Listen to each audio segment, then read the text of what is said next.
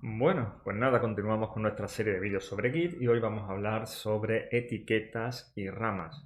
Antes de empezar a hablar de etiquetas, me gustaría comentar el concepto de roadmap, hoja de ruta o plan de versiones. Recibe varios nombres. Es simplemente un documento que recoge una planificación de las etapas por las que vaya atravesando un proyecto software y en él ya aparecen objetivos tanto a corto plazo y a largo plazo en forma de una serie de hitos. Normalmente esos hitos vienen categorizados, vienen etiquetados con un número de versión y en ocasiones también aparecen plazos de consecución de esos hitos. Como ejemplo de un roadmap, vamos a ver el de un proyecto muy exitoso, muy conocido, que sería simplemente el del LibreOffice. Mirad, voy a echar para abajo la presentación, abro el Firefox y ya tenemos aquí, bueno, pues la página donde aparece la hoja de ruta, el plan de versiones programadas, como aparece en la página del proyecto de LibreOffice. Este es un muy buen documento, muy buen ejemplo, porque además explica cómo asignan ellos los números de versión y qué es lo que hay en cada uno de ellos. Entonces, fijaos, si nos vamos fijando abajo, van apareciendo, bueno, pues la planificación, incluyendo una planificación temporal de en qué momento debería aparecer cada versión del LibreOffice. Por ejemplo, podemos ver cómo la 7.4.6 se supone que está planificada para la semana del 16 de abril de 2023. Aproximadamente, es decir, esto siempre puede llevar, también lo explica en este mismo documento, alguna serie de cambios. Y podemos ver, bueno, pues las modificaciones que se van realizando en cada una de las versiones. Por ejemplo, si me vengo aquí, donde pone aquí informe de novedades y pincho, bueno, pues puedo ir viendo las novedades que se produjeron en esta versión concreta, en la 7.4. Qué cambios se han realizado, qué cosas se han arreglado, en fin, problemas de compatibilidad, cosas que se han hecho hacia atrás, etcétera, etcétera. Y de hecho, bueno, al final, aquí precisamente, te explica el esquema de versiones. ¿Por qué es relevante esto? Porque eso es lo que nosotros vamos a hacer en nuestro proyecto personal con Git. Se supone que estamos realizando un proyecto software y en ese proyecto software, bueno, pues vamos realizando distintas modificaciones, distintas revisiones del código. Bueno, pues llegará un momento en que nuestro roadmap, nuestra hoja de ruta, hablemos establecido que esto, una vez que tengamos esta funcionalidad, esto será ya la versión 1.0. Y que cuando lleguemos a esta funcionalidad tendremos la versión 2.0. Y que cuando lleguemos a... Y así, bueno, iremos estableciendo cuándo se pasa de una versión a la siguiente. Pues nada, bueno, cerramos el Firefox, volvemos a nuestro proyecto y esto es precisamente lo que teníamos. Lo que teníamos disponible era tres, tres commits y en el directorio, en el working copy, lo que tenemos simplemente son dos archivos. El fichero autor.txt y el fichero hola.java. Y estos son los tres commits que teníamos. Una primera revisión del código, una segunda subida y luego teníamos una tercera subida que arreglaba un pequeño error ortográfico. Bueno, pues vamos a suponer que efectivamente nuestro proyecto ha llegado ya a un nivel de madurez suficiente como para que esto se considere una versión. Por ejemplo, podríamos pensar que a lo mejor no hemos alcanzado la versión 1.0, es decir, no hemos llegado a cumplir todos los objetivos que se plantearon, pero a lo mejor sí que hemos conseguido cumplir suficientes objetivos como para que esto se pueda considerar, pues a lo mejor una versión beta o una versión a tener en cuenta. Es decir, lo que vamos a hacer es decir esta versión concreta, pues la versión 1.0 o la 0.7 o la 0.1 o la 0.01. Ya el número de versión dependerá del roadmap que nosotros hayamos establecido. Bueno, la pregunta sería, ¿cómo creamos nosotros nuestras propias etiquetas para poderlas utilizar en nuestro proyecto? Bueno, en inglés etiqueta se dice tag, T-A-G. Por lo tanto, esa es la orden que nosotros vamos a tener que utilizar para crear nuestras propias etiquetas. Mirad, lo que hacemos en realidad es simplemente decir el commit actual es el que está apuntado por head, y en este caso, bueno, pues da la casualidad de que es el último commit, pero no tendría por qué ser así obligatoriamente, podría ser cualquier otro. Bueno, pues lo que estamos diciendo es que este commit concreto quiero que se considere la versión que sea la 0.1, por ejemplo, ¿no? Y entonces, bueno, pues si yo hago git tag, se me muestran todas las etiquetas que tiene mi proyecto actualmente. Evidentemente no tiene ninguna porque todavía no he llegado a etiquetar ningún commit. Etiqueto el primer commit, este que tengo actualmente. Bueno, pues simplemente hago un git tag y entre comillas dobles debo poner la etiqueta que yo les quiero asignar. Por ejemplo, quiero que esta se considere que es la versión 0.1. Es decir, no llega a la versión 1, que es una versión principal, sino que es simplemente, bueno, pues una funcionalidad extra o una serie de arreglos de errores que tiene cierta entidad y por eso es la 0.1, ¿vale? Tiene un número de versión menor.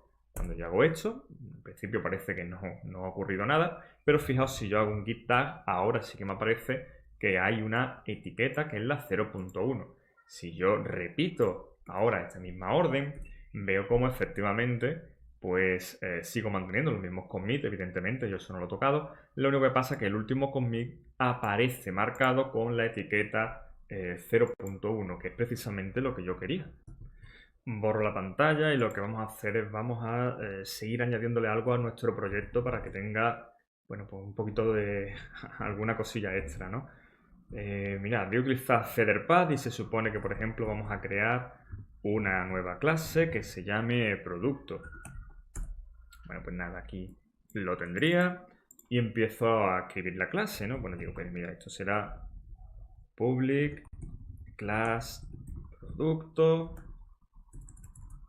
y le establecemos, le añadimos, ¿no?, los atributos que sean necesarios. Por ejemplo, un producto probablemente tendrá un identificador. Bueno, pues mira, esto va a ser un private y también tendrá probablemente un nombre y probablemente tendrá un precio, ¿no?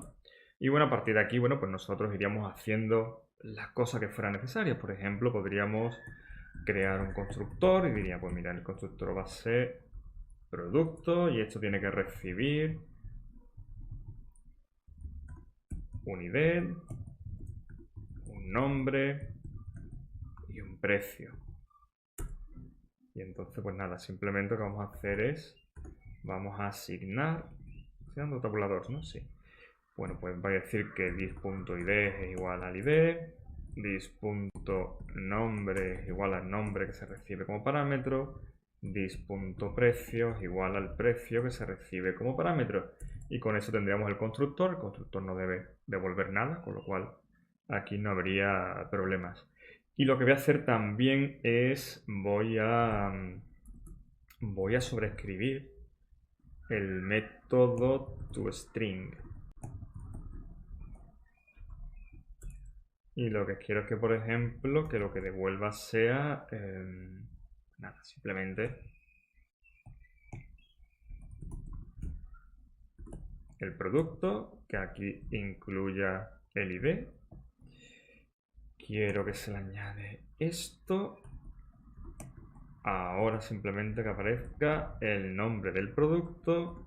Y finalmente quiero que aparezca una coma y el precio. Una coma no, igual.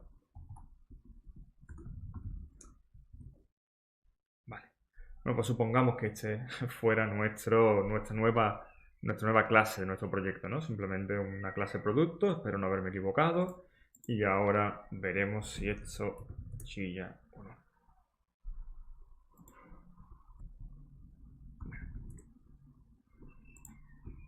Borro la pantalla. Hago un Java CD producto para que me lo compile. Uy, request. Un error. Vale.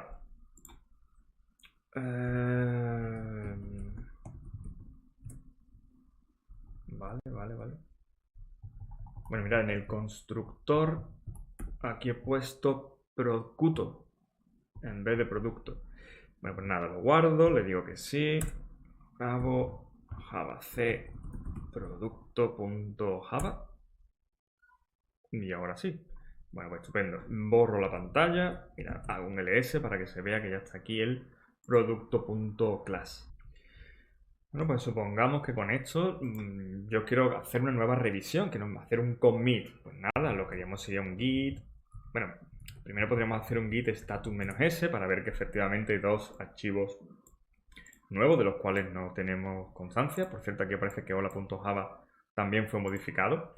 Y Git no sabe nada de estos dos ficheros, con lo cual lo podría añadir los dos. Lo que pasa es que no tiene mucho sentido añadir un .class. Lo único que voy a conseguir es añadir un fichero que además está compilado, no tiene demasiada utilidad.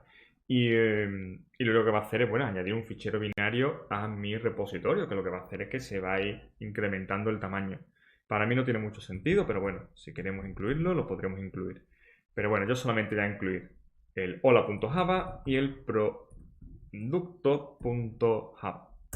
¿Vale? Eso lo paso al staging area y ahora haría un nuevo commit. Y el mensaje sería, pues, por ejemplo, creada la clase producto.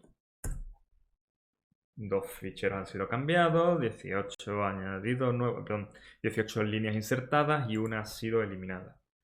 Y finalmente, pues lo que haríamos sería un git log menos one line para ver que efectivamente esta es la última revisión de mi proyecto. Sin embargo, veo que la que está etiquetada es la anterior, porque para eso sirve la etiqueta, para saber, oye, esta era la versión 0.1. Yo me iría en mi documento roadmap y vería, oye, pues la 0.1 corresponde a esta funcionalidad o se arreglaron esta serie de fallos, por ejemplo. Aquí, bueno, pues se supone que a lo mejor me interesa que esta sea pues la versión 0.2, por ejemplo.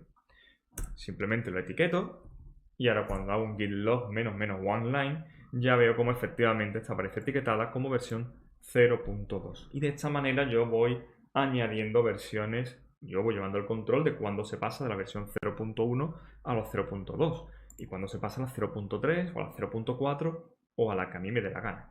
Es simplemente una manera de llevar el control de, pues, de etiquetar commits. Pero fijaos que siempre se etiqueta un commit, el commit actual, ¿vale? Es decir, eso es lo que siempre ocurre.